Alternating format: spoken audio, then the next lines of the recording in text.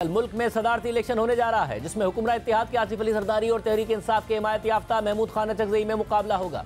Voting secret ballot के जरिए होगी और बज़ाहिर आसिफ अली जरदारी की पोजीशन काफ़ी मुस्तहकम है और उनके सदर बनने के वाज़ेह इम्कानात हैं। लेकिन आज सदारती इलेक्शन से सिर्फ एक दिन पहले कौमी असम्बली में एक और तनाज़ा खड़ा हो गया है और इसका सदारती इंतखाब पर गहरा असर पड़ सकता है, क्योंकि तहरीक इंसाफ मुसलसल ये मुतालबा कर रही है कि मखसूस नशिस्तों का फैसला होने तक ऐवान मुकम्मल नहीं है, इसलिए सदारती इंतखाब नहीं हो सकता। और सुन्नी इत्तेहाद काउंसिल ने इलेक्शन कमीशन के फैसले को मुख्तलिफ अदालतों में चैलेंज भी किया हुआ है। 4 मार्च को इलेक्शन कमीशन ने सुन्नी इत्तेहाद काउंसिल की कौमी असम्बली और 4 सूबाई असम्बलियों में मखसूस नशिस्तें देने की दरख्वास्त मुस्तरद कर दी थी और उसके हिस्से की नशिस्तें नून लीग, पीपल्स पार्टी, MQM और JUI समेत दीगर जमातों में तकसीम कर दी थी। मगर इस फैसले को सुन्नी इत्तेहाद काउंसिल ने पेशावर हाई कोर्ट में चैलेंज कर दिया, जिस पर पेशावर हाई कोर्ट ने 6 मार्च को इब्तिदाई तौर पर एक दिन का हुक्म इम्तना जारी करते हुए स्पीकर कौमी असम्बली से उन अरकान से हल्फ न लेने का कहा, जिसके बाद कल पेशावर हाई कोर्ट के लार्जर बेंच ने इस हुक्म इम्तना में 13 मार्च तक तौसीह कर दी। मगर आज कौमी असम्बली में हुकूमत और अपोजिशन ने इस फैसले की अलग अलग तशरीह की। कौमी असम्बली के इजलास के दौरान जब स्पीकर ने मखसूस चीज़ों पर कामयाब करार दिए गए कुछ अरकान से हल्फ लिया,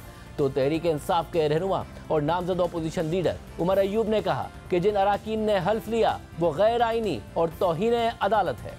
आज यहाँ पे 4-5 मेंबर्स ने आके इधर ओथ जो ली है वो गलत है, वो कंटेम्प्ट ऑफ कोर्ट के जुमरे में आता है, वो गैर आईनी तौर पे ले रहे हैं और उसके खिलाफ पेशावर हाई कोर्ट ने स्टे ऑर्डर दिया हुआ है। मगर आज अटॉर्नी जनरल मंसूर उस्मान अवान खुद कौमी असम्बली में मौजूद थे और उन्होंने ही इस एतराज़ पर जवाब देते हुए कहा कि पेशावर हाई कोर्ट का हुक्म सिर्फ 8 अरकान असम्बली से मुताल्लिक है, जिससे आज हल्फ ही नहीं लिया गया, इसलिए पेशावर हाई कोर्ट के हुक्म की खिलाफ वर्जी नहीं हुई है। जबकि स्पीकर कौमी असम्बली आया सादिक ने कहा कि उन्हें अदालत और इलेक्शन कमीशन से कोई हुक्मनामा मौसूल ही नहीं हुआ। The matter before Peshawar High Court, as the learned member has rightly pointed out, related to the seats which reserved seats for women. The 8 returned candidates which were notified by the Election Commission were impleaded as respondents in that petition. It is only those 8 reserved seats for women, the returned candidates on those seats for women which were impleaded as respondents, and the Peshawar High Court has granted an injunction and restrained an oath to be administered to them, and as I understand, that oath has not been administered today. जी ये सही है कि KP का कोई member So this is in conform or is in accordance with the order of the Peshawar High Court. मगर attorney general साहब हमारे पास ना कोर्ट का आया और ना इलेक्शन कमीशन का सेक्रेटेरिएट तक आया। As I understand, those 8 returned candidates have not been given oath. If they have not been given oath by you, then in my opinion there is no contempt. इस मौके पर chairman Tehreek Insaf barrister Gauhar Khan ने attorney general को जवाब देते हुए कहा कि पेशावर हाई कोर्ट का ऑर्डर पूरे पाकिस्तान से मुताल्लिक है। Mr. Speaker, that is precisely the questions before the High Court, and the matters involve not only the interpretation, but that involves an order passed by the Election Commission. And whenever the Election Commission order is in questions, that applies to the entire federation. Our submission is that the entire case is now sub judice. Therefore, no one is supposed to be administered oath, whether it's from KPK or whether it's from Punjab. And my request therefore be, Your Honor, Mr. Speaker, we are submitting that no one shall be administered oath. वाज़ेह है कि Peshawar high court ने 6 मार्च को जो हुक्म इम्तना जारी किया था, उसके मुताबिक स्पीकर कौमी असम्बली को दरख्वास्त के फरीक नंबर 5 से 22 तक हल्फ लेने से रोका था और हमारे पास सुन्नी इत्तेहाद काउंसिल की पेशावर हाई कोर्ट में दायर की गई दरख्वास्त मौजूद है, जिसके मुताबिक फरीक नंबर 5 से 22 में कुछ इनफरादी शख्सियात के साथ साथ JUI, GDA, इस्तेहकाम पाकिस्तान पार्टी और काफ लीग भी शामिल है, यानी सिंध और पंजाब से इलेक्शन लड़ने वाली जमातें भी शामिल हैं। आज कौमी असम्बली के बाहर मीडिया से बात करते हुए तहरीक इंसाफ के चेयरमैन बैरिस्टर गौहर खान ने कहा कि इस सूरत हाल में आगे चलना बहुत मुश्किल हो जाएगा। अगर ऐसे ही चलना है, आपने सीटें भी ली, आपने बाकी भी धांधली भी करवाई, आपने 45 को 47 में कन्वर्ट कराते हुए भी सारे सीटें ले ली, तो ये चलना आपके साथ बड़ा मुश्किल हो जाएगा down the line. Despite the fact कि हम बार बार कोशिश कर रहे हैं कि हम आगे की तरफ बढ़े और हम आगे की तरफ चले और डेमोक्रेसी डीरेल ना हो, लेकिन इसके बावजूद ये से रूलिंग अगर आ जाती है तो इस पर हमें बहुत तशवीश है। इसके अलावा तहरीक इंसाफ के हिमायत याफ्ता सदारती उम्मीदवार महमूद खान अचकज़ई ने मुतालबा किया कि इंतखाबी मसाइल पर तमाम जमातों के सीनियर रहनुमा पर मुश्तमिल पार्लिमानी कमेटी बनाई जाए। वो इज्जत न करे, कमेटी बनाए। हमारी पार्लिमान में ऐसे लोग मौजूद हैं जो इन सारे मसाइल का, हम क्यों अपने कपड़े जाए अदालतों में ढूंढें, वहाँ धोएं।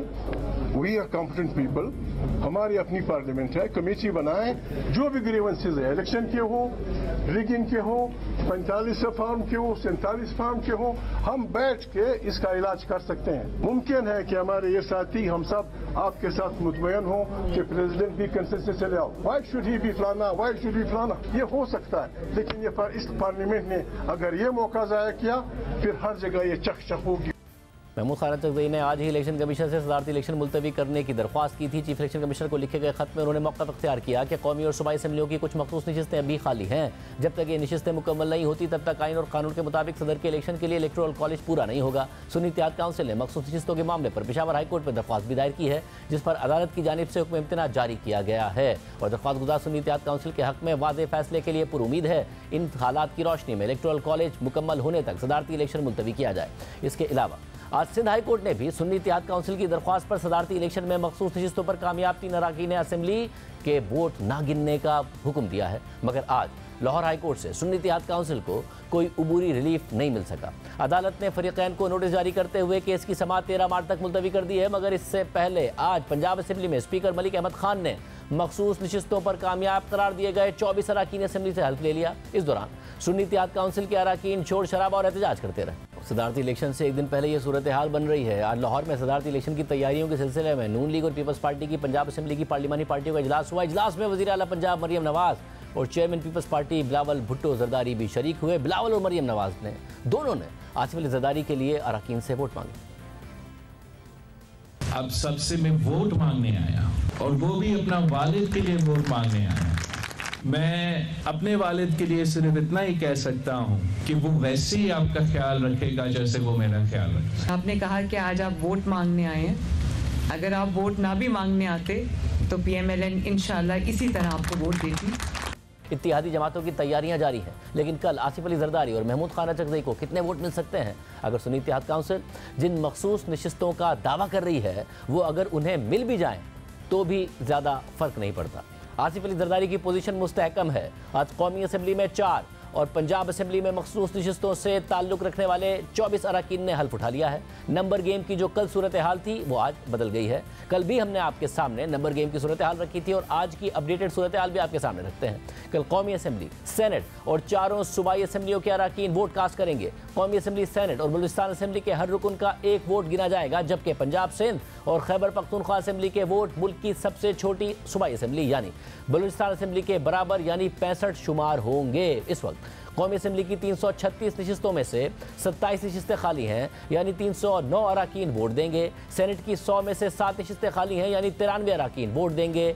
MQM ने भी आसिफ अली जरदारी को वोट देने का ऐलान कर दिया है। इसके बाद अब जो मुमकिन पार्टी पोजीशन सामने आई है उसके मुताबिक सेनेट से सदारती उम्मीदवार आसिफ अली जरदारी को 55 जबकि महमूद खान चकजई को 24 वोट मिलने की तवक्को है, जबकि कौमी असम्बली से आसिफ अली जरदारी को 207 वोट मिल सकते हैं क्योंकि आज ही मखसूस नशिस्तों पर 4 अरकान ने हल्फ उठा लिया है, जबकि महमूद खान चकजई को मुमकिन तौर पर 93 वोट मिल सकते हैं। इसके अलावा बलूचिस्तान असम्बली से हाल ही में पीपल्स पार्टी के वजीर आला सरफराज बुख्ती को 65 में से 41 वोट मिले हैं, इसलिए तवक्को की जा सकती है कि आसिफ अली जरदारी भी कम अज कम 41 वोट देने में कामयाब हो जाएंगे और दूसरी तरफ महमूद खान चकजई को तकरीबन 10 वोट मिलने की तवक्को है। इसी तरह पंजाब असम्बली की 371 में से इस वक्त 20 नशिस्तें खाली हैं। इस तरह 351 अरकान वोट देंगे। आज मखसूस नशिस्तों पर 24 अरकान ने हल्फ उठा लिया है, जिसके बाद हुक्मरान इत्तेहाद के पास 242 और अपोजिशन के पास 108 नशिस्तें हैं। इस हिसाब से आसिफ अली जरदारी को 44 और महमूद खान चकजई को बकिया 21 वोट मिल सकते हैं। सिंध असम्बली में MQM की हिमायत के बाद आसिफ अली जरदारी को 61 और महमूद खान चकजई को सिर्फ 3 वोट मिल सकेंगे। सिंध असम्बली के हवाले से सिंध हाई कोर्ट ने मखसूस नशिस्तों पर कामयाब होने वाले 3 उम्मीदवारों के वोट शुमार करने से रोक दिया है।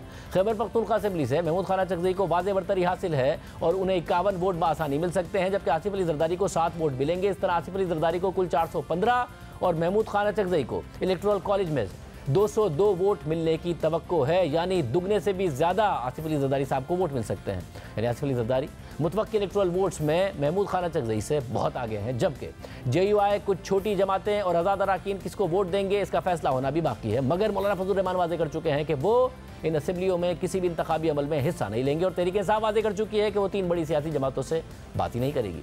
अब एक तरफ कल सदर का इंतखाब होने जा रहा है तो दूसरी तरफ वफाकी काबीना के हवाले से भी खबरें सामने आ रही हैं। ज़राए के मुताबिक साबिक निगरान वज़ीर आला पंजाब मोहसिन नकवी को मुशीर दाखिला बनाए जाने का इम्कान है। मोहसिन नकवी सेनेट का इलेक्शन लड़ेंगे और साथ ही चेयरमैन PCB के ओहदे पर भी काम जारी रखेंगे, जबकि कल ज़राए से खबर सामने आई थी कि इसहाक डार को वज़ीर ख़ारजा बनाने का फैसला कर लिया गया है, जबकि साबिक वज़ीर ख़ारजा जलील अब्बास जिलानी को मुशीर ख़ारजा और तारिक फातमी मावने खुसूसी बराए ख़ारजा बनाए जाने का इम्कान है। साथ ही नए वज़ीर ख़जाना के लिए मुसलसल HBL के सदर औरंगज़ेब का नाम सामने आ रहा है। सूरत हाल में आज IMF की जानिब से इमरान खान के ख़त का जवाब सामने आ गया है। IMF की नुमाइंदा एस्टर पेरेस के बयान के मुताबिक IMF को तर्जुमान PTI की जानिब से 28 फरवरी को ख़त मिला, जो पाकिस्तान के साथ IMF की इंगेजमेंट से मुताल्लिक था। IMF एक बैनुल-अक़वामी इदारे की हैसियत से, जिसका मुआशी मसाइल से मुताल्लिक महदूद मैंडेट है, मकामी सियासी डेवलपमेंट्स पर तबसरा नहीं करता। तहम मुआशी इस्तेहकाम और ग्रोथ के लिए इदारा जाती माहौल की अहमियत को देखते हुए हम तमाम इंतखाबी तनाज़ात के शफ़ाफ और पुरअमन हल की